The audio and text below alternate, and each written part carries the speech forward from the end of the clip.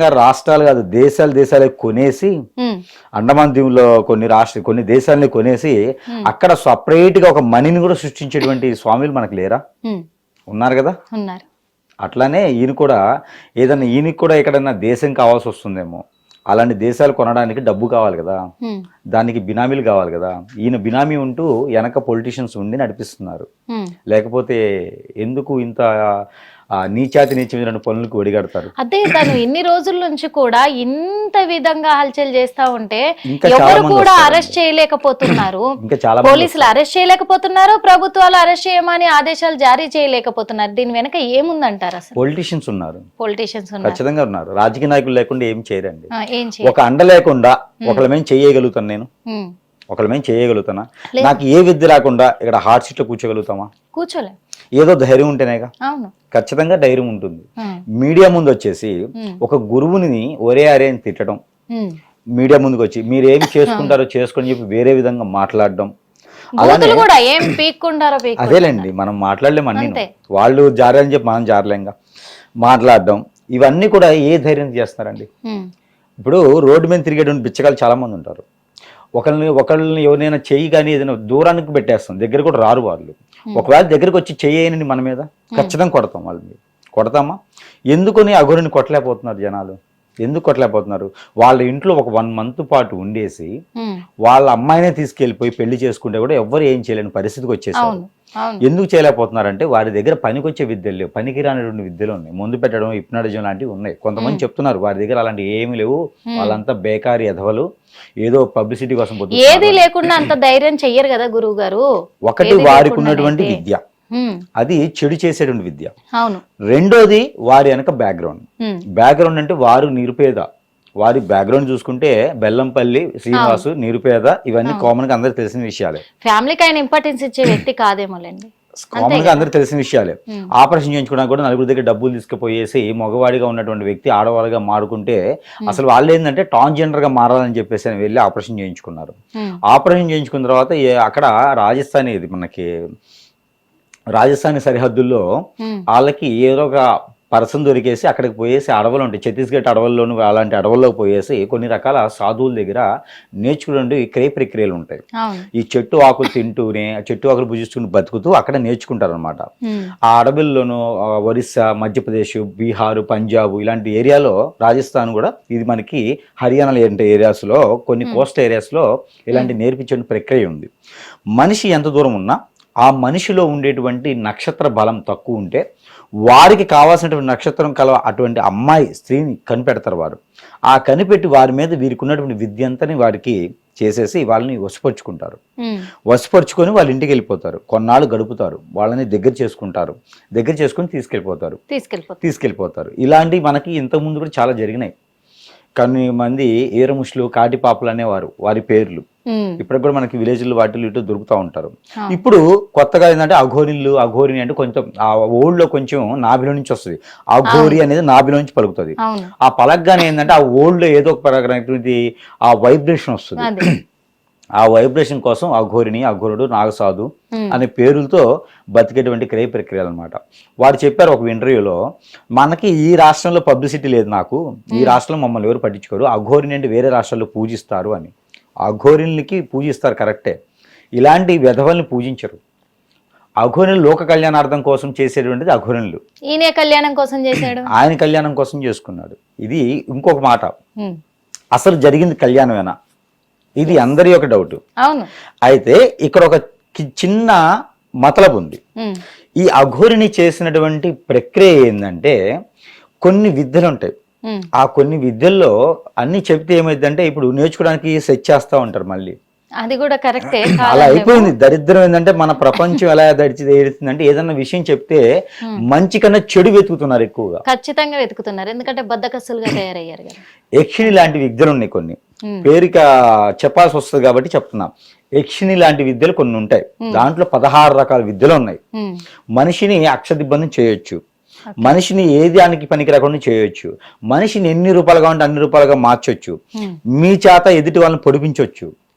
హిప్నాటిజంలో చాలా రకాలు ఉంటాయి. ఇంత ముందు మనకి డాక్టర్స్ చదివే వాళ్ళలో హిప్నాటిజం కూడా ఒక సబ్జెక్ట్ ఉంటుంది. సో వీళ్ళకి ఏంటంటే కత్తి లేకుండా ఆపరేషన్ చేయొచ్చు. ఇలాగా చాలా రకాలు ఉండేటువంటి విద్యల్లో 16 రకాలు ఉంటాయి. దాంట్లో ముఖ్యంగా ఇలాంటి విద్యలు ఉంటాయి. ఒక మనిషికి తెలియకుండా వశపరుచుకోవడం.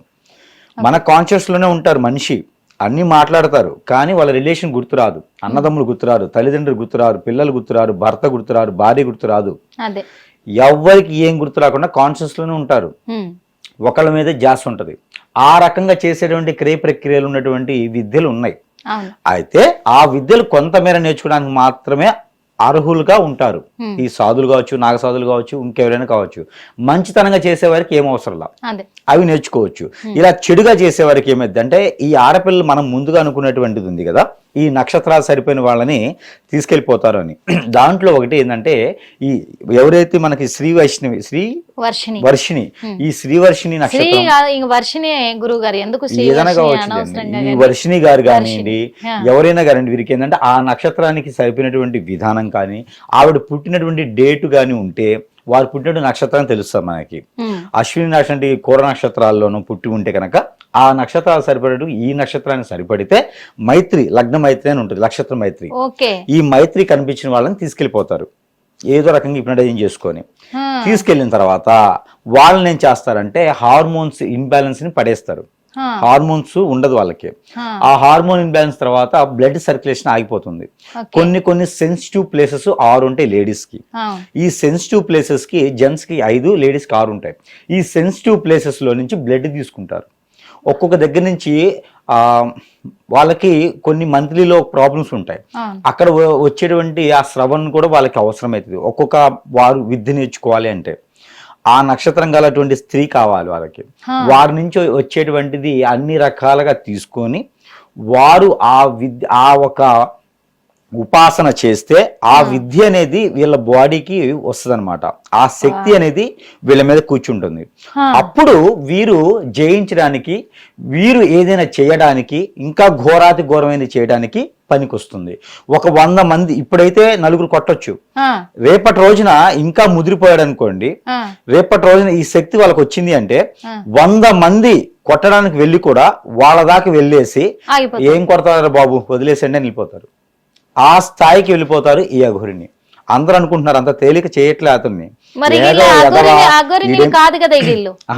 ఎదఫా వీళ్ళు ఏం చేయరు అనుకుంటున్నారు. వాళ్ళ దగ్గర చెడు శక్తి, అఘోరిని కాదు, వాళ్ళు చెడు శక్తి తీసుకుంటున్నారు. రాక్షసులు, మనకి రామరాజ్యంలో రాక్షసులు ఉంటారు కదా, తాటకి లాంటి వాళ్ళు, అలాంటి పేరు పెట్టుకోలేరు కాబట్టి అఘోరి పేరు పెట్టుకున్నారు. మరి అఘోరిని తలుచుకుంటే ఈయన పరిస్థితి ఏం కావాలి ఇప్పుడు? ప్రస్తుతం ఉన్న పరిస్థితుల్లో అఘోరిని నేనని చెప్పేసి ఇంత తతంగం చేశాడు, ఇంత దరిద్రమైన పని ఎలగబెట్టాడు. ఇప్పుడు అఘోరిని ఒకవేళ దీని మీద రెస్పాండ్ అయితే గనక వాళ్ళ ప్రభావం ఈయన మీద ఎట్లా చూపిస్తారంటారు? అది చెప్తా. అయితే దానికన్నా ముందు ఒక చిన్న విషయం, ఇది ఒక 2 నిమిషాలు క్లియర్ అవుతుంది. అయితే మనకి అఘోరిన్లు వాళ్ళు నేర్చుకునేటువంటి శక్తియుక్తుల్లో వారు అమ్మవారికి గాని అయ్యవారికి గాని ఉపాసన తీసుకుంటారు. చెడు నేర్చుకోవడానికి కూడా ఇవే తీసుకుంటారు వారు. ఈ కొన్ని శ్మశానం లాంటి వాటిల్లో నేర్చుకుంటారు. ఆ నేర్చుకునేటప్పుడు ఒక ఆడపిల్లని తీసుకొచ్చి చేయాలి. చేసేటప్పుడు వాళ్ళు అడుగుతారు, వాళ్ళ గురువు కూడా హక్కు లేదు, ఇష్టానుసారంగా చేయడానికి హక్కు లేదు.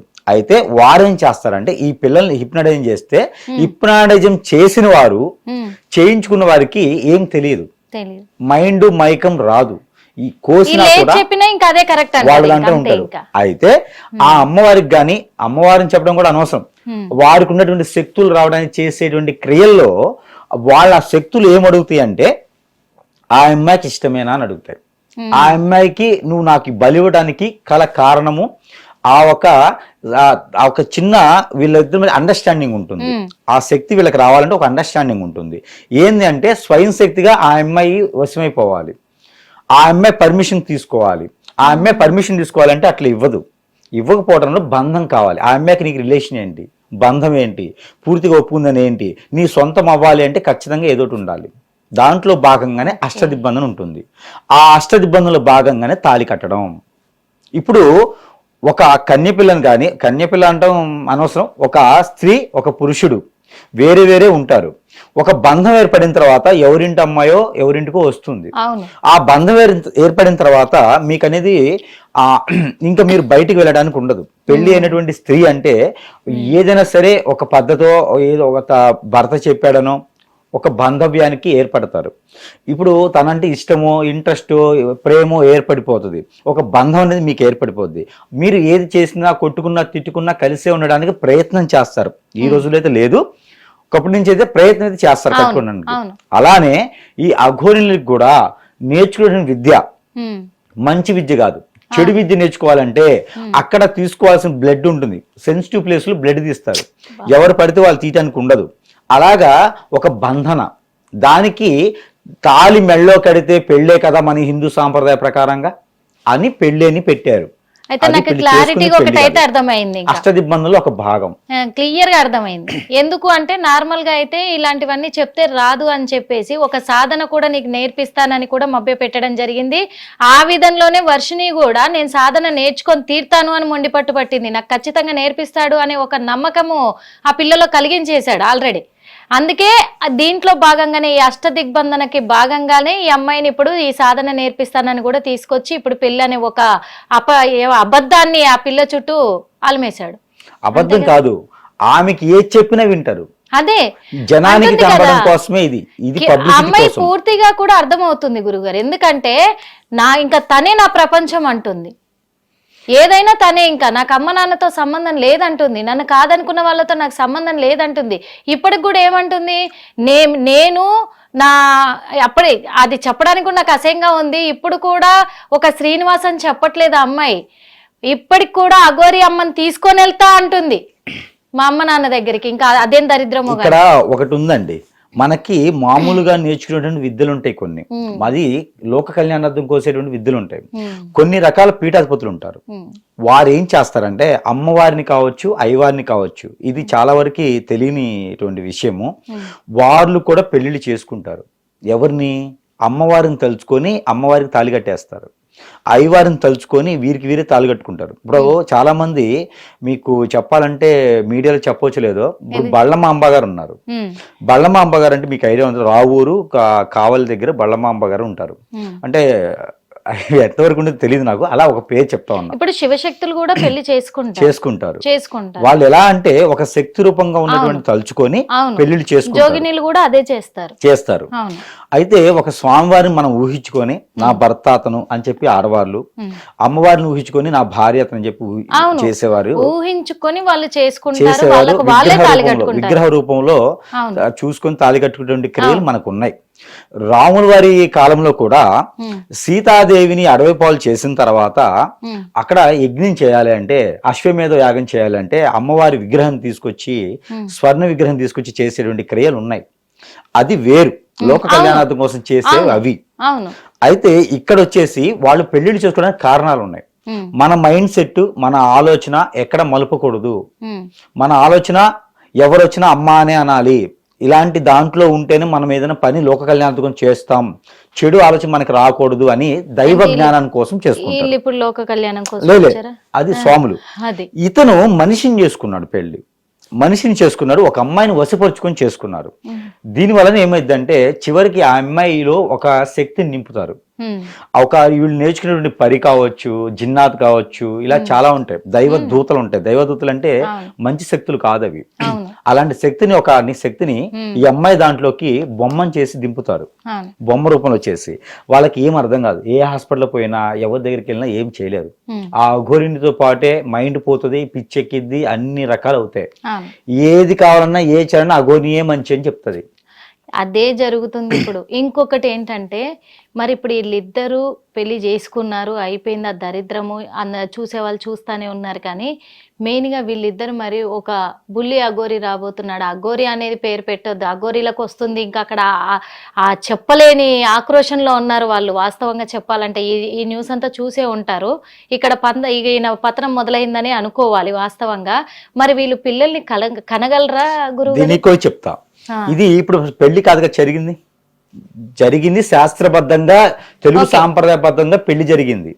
అది పెళ్లి కాదు, అది ఇలాంటి నేర్చుకునే దానికి ఒక మూలంగా ఉన్నట్టు అష్టదిబ్బందులు ఒక భాగం తాళి కట్టడం.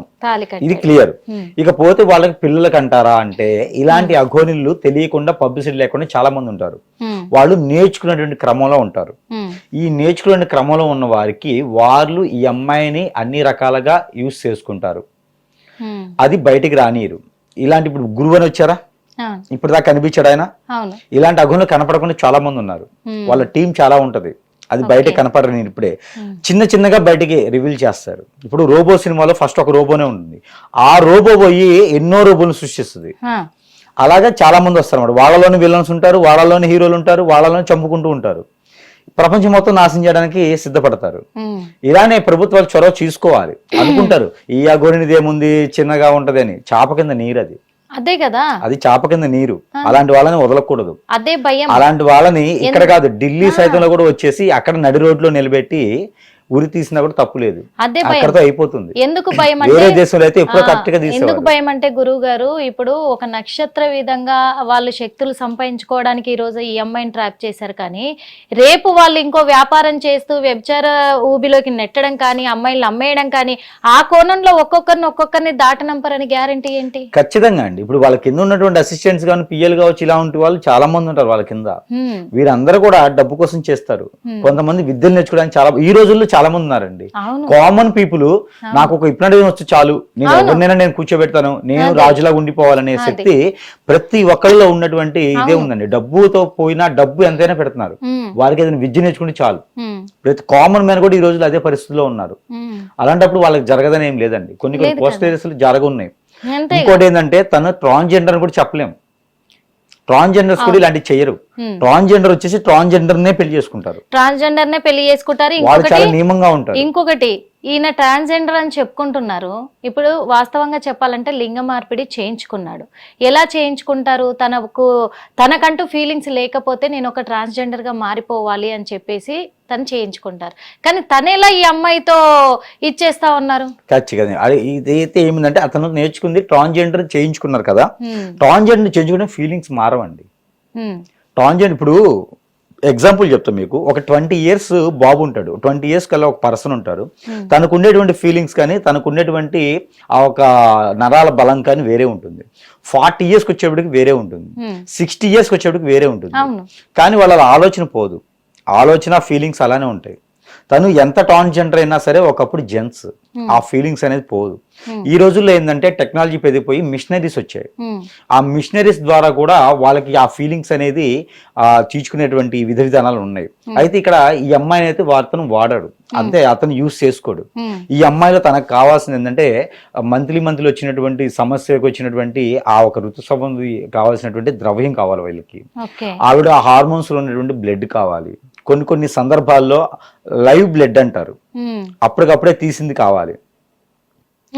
ఆ బొటన వేలుది, హార్ట్ దగ్గరది, ఇలా చాలా సెన్సిటివ్ ప్లేసెస్ నుంచి బ్లడ్ తీస్తారు. ఒక్కొక్క దగ్గర అయితే కొరికి కూడా తీస్తారు బ్లడ్ ని. ఆ బ్లడ్ తీసుకెళ్ళి అక్కడ అభిషేకం చేస్తే ఆ అభిషేకంతో పాటు ఆ ఒక వాళ్ళకి కావాల్సినటువంటి ఆ శక్తి. అమ్మాయి చెప్పింది, కాళికా మాత పూజ చేస్తాడు రోజు, అమ్మవారికి అభిషేకం, రక్తం అభిషేకం చేస్తాడు. అంటే రక్తం అభిషేకం ఎట్లా చేస్తాడు, ఎక్కడి నుంచి తెస్తాడు రక్తం అంటే, అమ్మాయి ఏం చెప్పిందంటే తన వేలును కోసుకొని అమ్మవారికి, అది మొదటి స్టేజీ తనకి తానే ఇవ్వాలి. ఆ అమ్మాయి చెప్పింది లైవ్ గా. మొదటి స్టేజీ చిటిన వేలు నుంచి, చిటికిన వేలు మధ్య వేలు నుంచి మొదటి స్టేజ్ తనకి తానే బ్లడ్ ఇవ్వాలి. ఒకసారి కంఠం రైట్ సైడ్ నుంచి ఇక్కడ నుంచి బ్లడ్ తీసిస్తారు. అప్పుడు అమ్మవారు వారికి కొన్ని రకాల శక్తులు ఇస్తుంది. ఎదుటి వాళ్ళని ఎలా గమనించాలి, ఎలాంటి వాళ్ళని తీసుకురావాలి, అలాంటి శక్తిని ఇస్తుంది. అప్పుడు ఆ ఆడపిల్లల్ని వశం చేసుకొని ఇలా హిప్నటైజింగ్ చేసి తీసుకెళ్తారు. మనకి కనిపించేటువంటి వర్షిని కాదండి, మనకి కనపడినటువంటి పిల్లలు చాలా మంది బలయ్యారు. అతనే కాదు, చాలా మంది గురువులు, చాలా మంది ఇట్లా పేర్లు, అడ్డమైన పేర్లు పెట్టుకొని, అంటే పేర్లు గొప్పవి, ఇలాంటి అడ్డమైన వాళ్ళు పెట్టుకోవడం గొప్ప కాదు కదా, ఇలాంటి అడ్డమైన వాళ్ళు అలాంటి గొప్ప పేర్లు పెట్టుకొని చాలా మంది, కొన్ని కోస్ట్ ఏరియాస్ ఉంటాయండి, ఈస్ట్ వెస్ట్ కావచ్చు, ఒరిస్సా లాంటి ప్రాంతాల్లో ఆడపిల్లలు అమ్మేటువంటి ప్రక్రియ ఉంటుంది. అక్కడ కొన్ని అడవుల్లో పడేటువంటి కొన్ని రకాల జాతుల పిల్లలు, ఆ మనుషులు ఆ పిల్లలు పుట్టగానే అమ్మేస్తారు. హిట్ టీవీ యాప్, ఇందులో short news, live news, entertainment shows, movies, digital magazines తో పాటు మీ జిల్లా వార్తలను కూడా ఫ్రీగా చూడొచ్చు. ఇంకెందుకు ఆలస్యం, వెంటనే హిట్ టీవీ యాప్ ని డౌన్లోడ్ చేసుకుని ఫ్రీగా ఎంటర్టైన్మెంట్ పొందండి. Hit TV app, hit TV app, please download hit TV app. Hit TV app ని ఫ్రీగా డౌన్లోడ్ చేసుకుని ఎంజాయ్ చేయండి. మీకు నచ్చిన ఎంటర్టైన్మెంట్ కోసం హిట్ టీవీ యాప్ ని ఫ్రీగా డౌన్లోడ్ చేసుకుని ఎంజాయ్ చేయండి. హిట్ టీవీ యాప్ ని డౌన్లోడ్ చేసుకుని ఆస్వాదించండి, ఆశీర్వదించండి. ఇంతమంది సెలబ్రిటీలు హిట్ టీవీ యాప్ ని డౌన్లోడ్ చేసుకోండి అని చెప్తున్నారంటే ఎంత మంచి యాప్ ఆలోచించండి. అమెరికా అమెరికా అమెరికా అమెరికాలో చదవాలనుకునే వాళ్ళకి విశ్వసనీయమైన పేరు మన శౌర్య కన్సల్టెన్సీ. UK లో 1 year masters. UK లో 1 year masters. 2 years work permit up to 5 years visa. Contact Saurya Consultancy. Contact 89851 89851.